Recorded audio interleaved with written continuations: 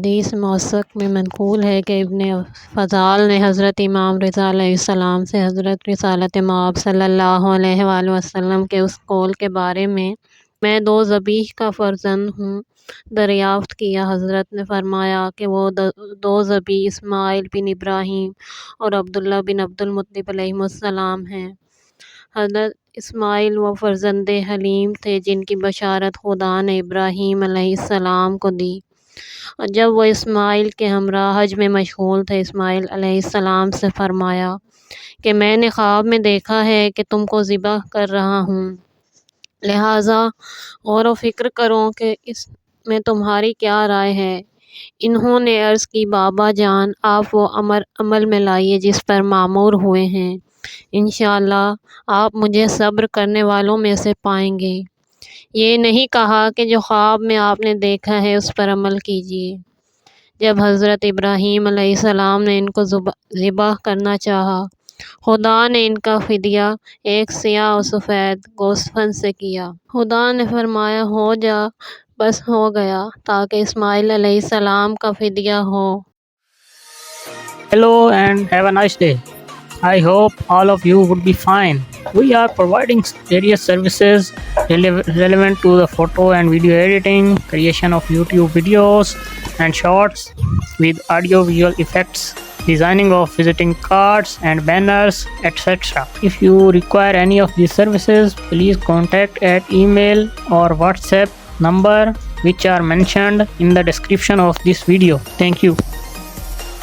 ظاہر وہ گوسفند جو مینا میں ذبح کیا جاتا ہے، قیامت تک وہ حضرت اسماعیل کا فدیہ ہے۔ دوسرے ذبیح کا قصہ یوں ہے کہ حضرت عبد المطلب نے کعبہ کے دروازے سے ایک مرتبہ لپٹ کر یہ دعا مانگی کہ خداوند تعالیٰ 10 فرزند عطا فرمائے، تو نظر کی کہ اگر یہ نعمت ان کو حاصل ہو جائے گی تو ان میں سے ایک فرزند کو راہ خدا میں قربان کریں گے۔ خدا نے ان کو 10 لڑکے عنایت فرمائے تو حضرت نے فرمایا کہ خدا نے میری التجا پوری کر دی، مجھے بھی چاہیے کہ اپنی نظر پوری کروں۔ اس لیے اپنے فرزندوں کو جمع کیا اور خانہ کعبہ میں جا کر 3 مرتبہ قرعہ ڈالا۔ ہر مرتبہ جناب عبداللہ پدر جناب رسول خدا صلی اللہ علیہ وآلہ وسلم کے نام قرعہ نکلا، جو ان کے نزدیک سب سے زیادہ عزیز اور پیارے تھے۔ پھر ان کو لٹا کر ذبح کرنے کا ارادہ کیا۔ یہ خبر جب اکابر قریش کو پہنچی، سب آپ کے پاس جمع ہوئے اور عبد المطلب کو ان کے اس ارادے سے روکنے کی کوشش کی۔ عبد المطلب کی عورتیں بھی روتی پیٹتی پہنچ گئیں اور جناب عبد المطلب کی بیٹی عاتقہ نے کہا بابا، اپنے اور خدا کے درمیان اپنے فرزند کے ذبح کے بارے میں عذر قائم کیجیے۔ فرمایا وہ کس طرح؟ عاتقہ نے کہا یہ آپ کے اونٹ جو حرم میں چرتے ہیں ان کے اور اپنے فرزند کے درمیان قرعہ ڈالیے اور ہر مرتبہ زیادہ کرتے جائیے یہاں تک کہ خدا راضی ہو۔ حضرت عبد المطلب نے 10 اونٹوں اور جناب عبداللہ کے درمیان قرعہ ڈالا۔ قرعہ عبداللہ کے نام نکلا۔ پھر 10 اونٹوں کا اضافہ کر کے قرعہ ڈالا اور جناب عبداللہ کے نام نکلا۔ یہاں تک کہ 100 اونٹوں تک اضافہ کیا تو قرعہ اونٹوں کے نام نکلا۔ یہ دیکھ کر تمام قریش نے تکبیر کی صدا بلند کی، اس طرح کہ مکہ کی پہاڑیاں لرز گئیں۔ حضرت عبد المطلب نے کہا جب تک 3 مرتبہ اونٹوں کے نام قرعہ نہیں آئے گا ہرگز عبداللہ سے دستبردار نہ ہوں گا۔ پھر 2 مرتبہ قرعہ ڈالا تو اونٹوں ہی کے نام نکلا۔ پھر تو زبیر اور ابو طالب اور ان کی بہنوں نے عبداللہ کو حضرت عبد المطلب کے ہاتھ کے نیچے سے کھینچ لیا۔ ان کے نورانی جسم کی کھال زمین پر گھسیٹنے سے چھل گئی تھی۔ ان میں سے ہر ایک دوسرے سے عبداللہ کو چھین کر سینے سے لگاتا اور پیار کرتا اور ان کی سلامتی پر سجدہ شکر بجا لاتا اور عبداللہ کے چہرے کی خاک و غبار پاک کرتا تھا۔ پھر حضرت عبد المطلب نے عرورہ میں جو صفا و مروہ کے درمیان واقع ہے نحر کیا اور ہر ایک کو ان کا گوشت دیا، کسی کو لینے سے روکا نہیں۔ یہ بھی حضرت عبد المطلب کی سنتوں میں سے ایک سنت تھی کہ جس کو خدا نے اسلام میں جاری کیا کہ ہر مسلمان کا خون بہا 100 اونٹ ہوگا۔ جناب عبد المطلب اور جناب عبداللہ شکار کو جایا کرتے تھے، لیکن وہ کفار عبدالمطلب کے خوف سے عبداللہ سے کچھ تعارض نہ کرتے تھے۔ ایک روز جناب عبداللہ تنہا شکار کے لیے گئے۔ یہودیوں نے آ کر بولا، اب کیا انتظار کر رہے ہو؟ عبداللہ اکیلے شکار کو گئے ہیں، موقع غنیمت ہے۔ یہ سنتے ہی ان میں سے اکثر برہنہ تلواریں اپنے کپڑوں میں چھپا کر جناب عبداللہ کے قتل کے ارادے سے چلے اور اس وقت پہنچے جب عبداللہ پہاڑ کے دروں میں داخل ہو کر ایک شکار کو ذبح کر رہے تھے۔ یہودیوں نے ہر طرف سے آپ کو گھیر لیا اور تمام راستے بند کر لیے۔ جناب عبداللہ نے جو دیکھا کہ وہ قتل کا ارادہ رکھتے ہیں، اپنا سر آسمان کی جانب بلند کیا اور ظاہر و باطن جاننے والے خدا کی بارگاہ میں تضرع و زاری کی۔ پھر ان کی طرف متوجہ ہو کر بولے، کس سبب سے مجھے ہلاک کرنا چاہتے ہو؟ خدا کی قسم، میں نے تم میں سے کسی کو کوئی تکلیف نہیں دی، نہ کسی کا مال چھینا ہے، نہ تم میں سے کسی کو قتل کیا ہے۔ لیکن ان ملعونوں نے کوئی جواب نہیں دیا بلکہ یکبارگی حملہ کر دیا۔ جناب عبداللہ نے خدا کا نام لے کر 4 تیر ان کی طرف پھینکے۔ ہر تیر سے ایک ایک لعین کو واصل جہنم کیا۔ ان کافروں نے حیلہ و بہانہ شروع کیا، کہنے لگے، آپ ہم کو کیوں قتل کر رہے ہیں؟ ہم کو آپ سے کوئی غرض نہیں۔ ہمارا ایک غلام بھاگ گیا ہے، ہم اس کی تلاش میں آئے اور آپ کو غلطی سے وہی غلام سمجھ لیا۔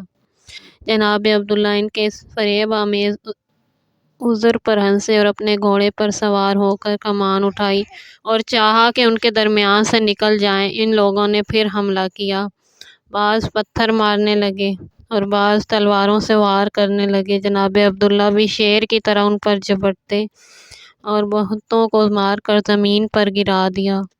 لیکن ان کی شدت و سختی جب زیادہ شروع ہوئی تو گھوڑے سے کود پڑے اور پشت پہاڑ کے سہارے سے لگائی تو ان ظالموں نے پتھر مارنا شروع کیا۔ خوف سے نزدیک نہ آتے تھے۔ اسی حال میں جب کہ ان اشقیاء نے جناب عبداللہ کو گھیر رکھا تھا، وہب بن عبد مناف اس درہ میں پہنچ گئے۔ ان یہودیوں کی کثرت دیکھ کر ڈرے اور دوڑے ہوئے مکہ میں آئے اور بنی ہاشم کو آواز دی کہ جناب عبداللہ کی خبر لو، دشمنوں نے فلاں درے میں ان کو گھیر رکھا ہے۔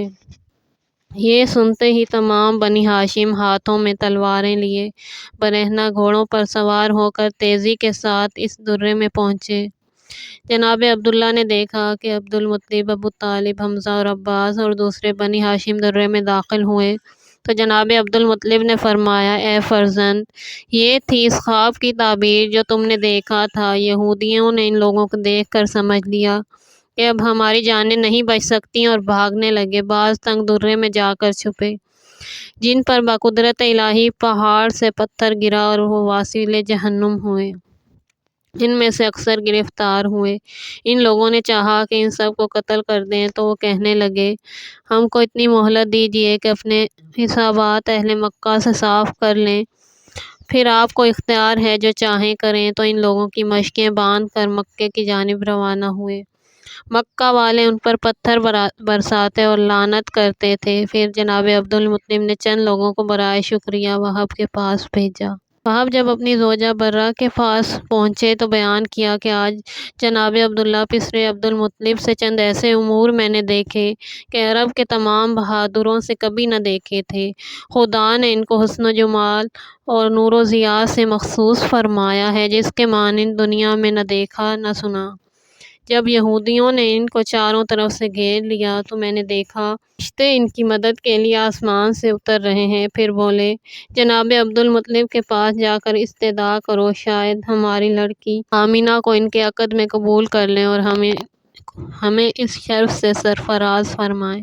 برہ نے کہا، اے وہب، تمام رؤسائے مکہ اور اطراف و جوانب کے بادشاہوں نے ان کی طرف رغبت کی کہ اپنی لڑکی ان کو دیں، لیکن انہوں نے قبول نہ کیا۔